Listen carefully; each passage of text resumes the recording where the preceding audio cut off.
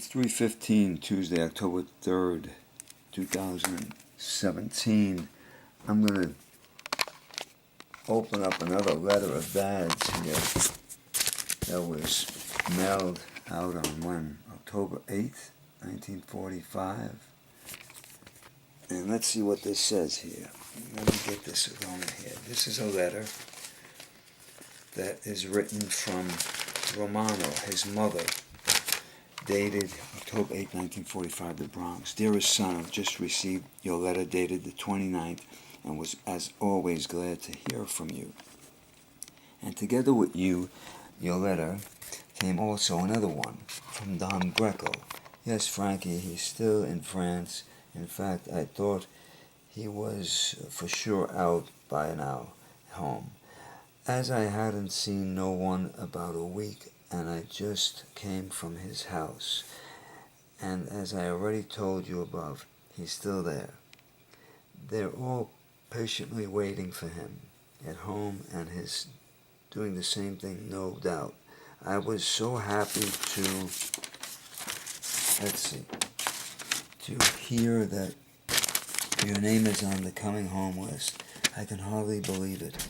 In yesterday's newspaper, I read of a few planes that took off from Saipan on the way home, and one of them crashed near the coast of California. And me, I think of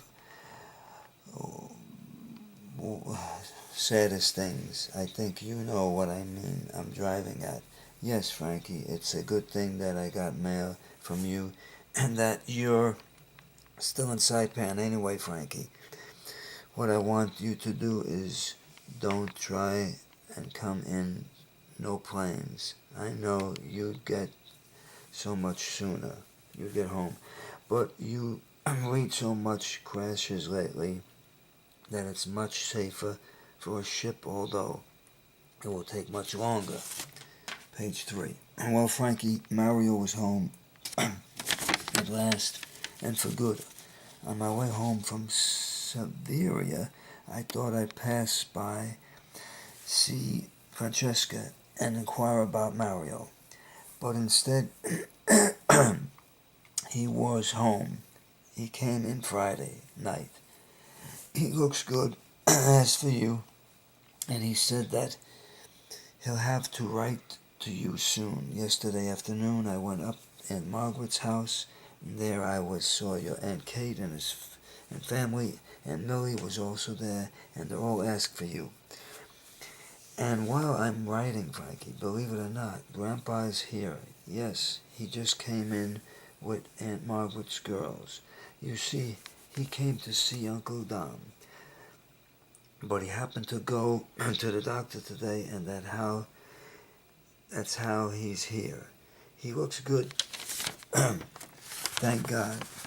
He asked for you the minute he came in, and he hopes to see you soon, he said, and of course, we all do.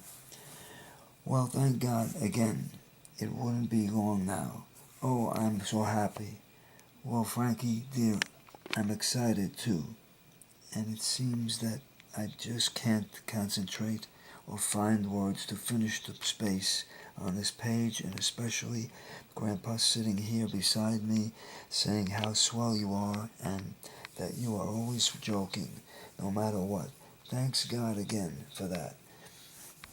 And now, my dear, as I said before, I'll close with regards from Papa and Rose and loads of love from me. It seemed that I filled it out and that it is the page with nonsense of course. You could read between the lines that I'm excited. Loads of love. Again, and we'll be seeing you soon. P.S. God bless you, your loving mother. Now that's a woman, who is maybe in some of these photos here of my father. There's my father with his cousin and his sister, cousin Frank and his sister. These are pictures of the Nania family. Picture of his dad and his sister. Here's more relatives here. Let's turn this over. And let's bring this in. This is him in World War II. My father with his father. There he is on the island with the natives of the island that are fighting the Japanese. This is pictures of him in the Bronx in the Navy. A lot of things here. His dad with his barber shop. My father I'm talking about. Let's see what we got here. Here he is in the 60s and the 50s, cutting hair in the barber shop in Queens, New York. Frank Nania. That letter we just read was from his mother. His mom missed him very much. I'm very sad. And here's some more pictures. Let's see what we got here. This is them. This is my mom and dad. There's my mom and dad in there on the right here. There's my father boxing with his cousin. It's hard to see his cousins and Uncle Gus who married his sister. It's hard to see, but his mother is in there somewhere, the one who wrote this letter. And the letter is dated, what? 8th of October, 8:30 p.m., 1945, New York, New York. From the mother. From the son who's there on the island with all the natives keeping the Japanese away.